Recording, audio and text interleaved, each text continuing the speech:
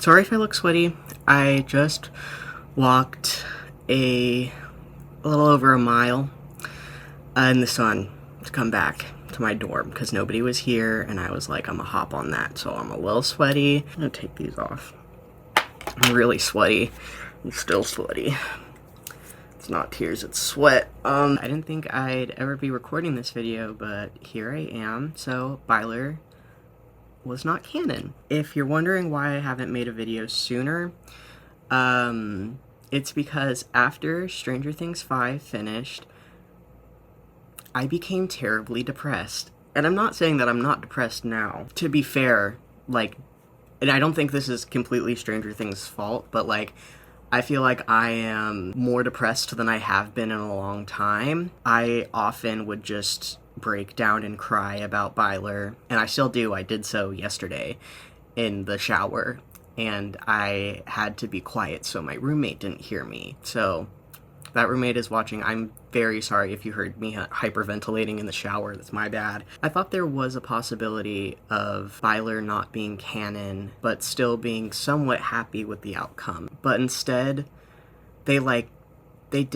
barely addressed it. That's the thing, is that it's not that Byler wasn't canon, it's that it was just some throwaway plot point for the writers, it seems like.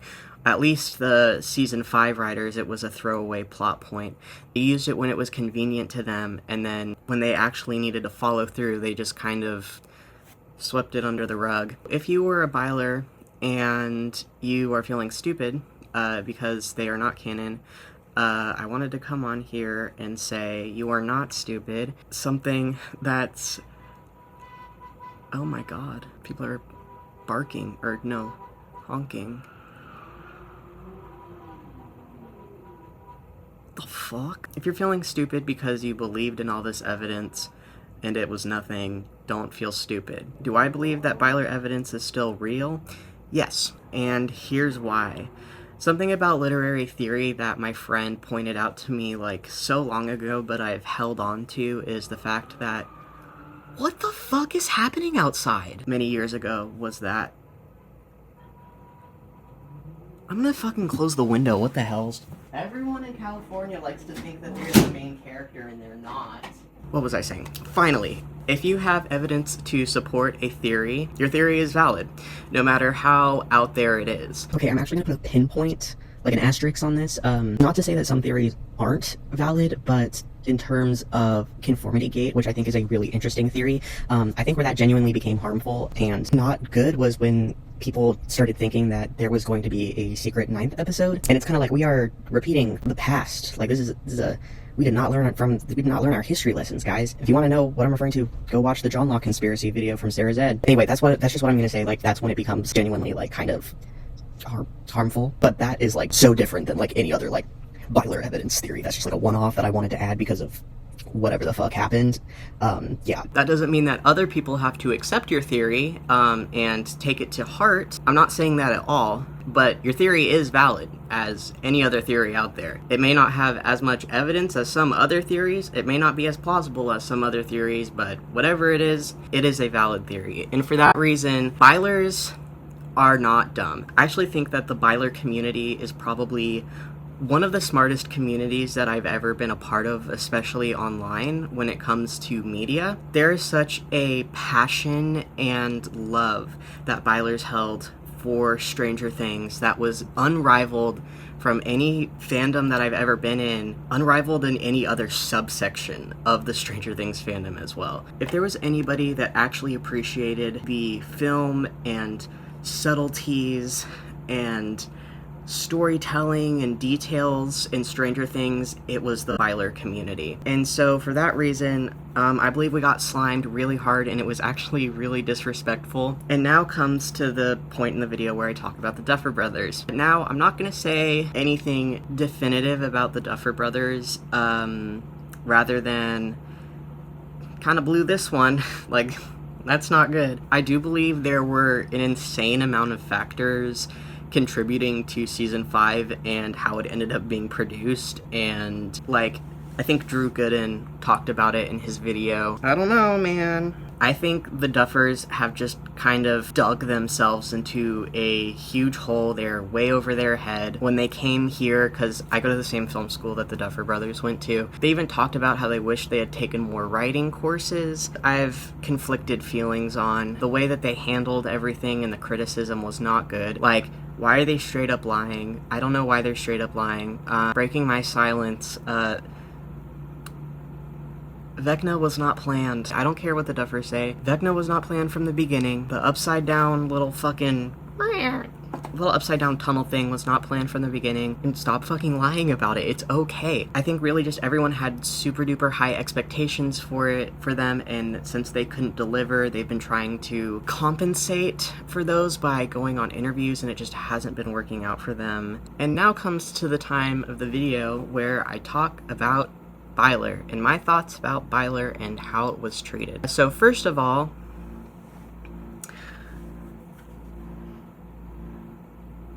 fuck my life, I guess. Will Byers, you deserved better. Something that a Tumblr anon pointed out to me like yesterday, or maybe it was this morning. They said something along the lines of, I just realized that Will is the only person in the main party that never got to kiss anybody or have, like, a relationship. And I was like, fuck me, that's true. Dustin got to have a girlfriend, Lucas got to have a girlfriend, Mike had whatever was going on with Elle, and Will was just always... I don't know. I don't want to say it's because he's gay.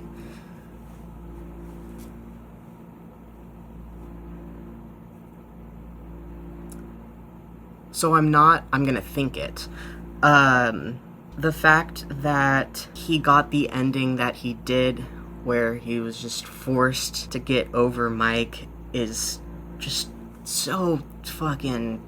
I don't like it at all. And to be honest, I'm gonna say, with the acting and stuff, and I think everybody except for, like, the Duffers, maybe, I think everybody except for the Duffers thought that Byler was going to be canon up until they got the script. I don't know, that's just my opinion. I'm just really tired of people thinking that, like, empowering queer storylines are self-acceptance over everything. You can't be in a relationship as a queer person until you fully accept yourself, and then we're not going to even give you the boyfriend. Like, it's weird. I think his ending blows. And you know whose ending I think blows? Mike's. There were a lot of things about season 5 that I could have forgiven if the ending had just nailed it. But the fact that the ending did not nail it, there are certain things I can't forgive, and a lot of that is Mike's dialogue and actions in this season. I think Finn Wolfhard was given absolute scraps to work with, so this is nothing to dig on Finn Wolfhard's acting. I think he is a fantastic actor, but Mike as a character was just so lobotomized this season. I don't like it. We started off strong with that fucking Disney Channel ass walk in when Dustin was being bullied. Like, that shit was fucking dumb as hell, dog. And Mike's ending is not even good from, like, a basic writing standpoint. His whole arc in terms of his relationship with Elle, which was swept under the rug, by the way, like 100%, was the fact that he couldn't say I love you to Elle. And when Elle dies, guess what he doesn't say? I love you. That's just shitty writing. And Purple Rain right there did not make any fucking sense at all. It was like, girl, this is not what you think it is. And then the fact that they so obviously made Mike have the same glasses as his father, like, very much resembled his father growing, like, when he grew up, is just... Mike, you deserved better. You deserved better. That kid is repressed as hell. I absolutely fucking hated the epilogue. I'm gonna come out and say it. I hated the epilogue more than anything else. There were some good things about the season, but all of those good things went away by the last 2 episodes of the season. I didn't give a fuck, and honestly, it was crashing and burning, and it hurt my soul. It hurt my soul to watch. I was so let down in a way that I can't even verbalize. It's bad. Especially because Mike Wheeler could have been they could have written him so well. There was so much to work with his character in terms of, like, his repression and his friendships and, like, his angst and why he became an asshole. Like, you could have explained that and they didn't, and it's just, like, fucking... Anyway, Byler is canon. I believe it. I believe. It's a fucking dumbass thing. Also, breaking my silence, I think calling all the Demogorgons demos was a little bit dumb. I don't know. It's not that it wasn't, like, accurate. I just thought it was a little dumb. I thought it was a little cringe. Do I have an alternate, like, suggestion for what they would have done? No.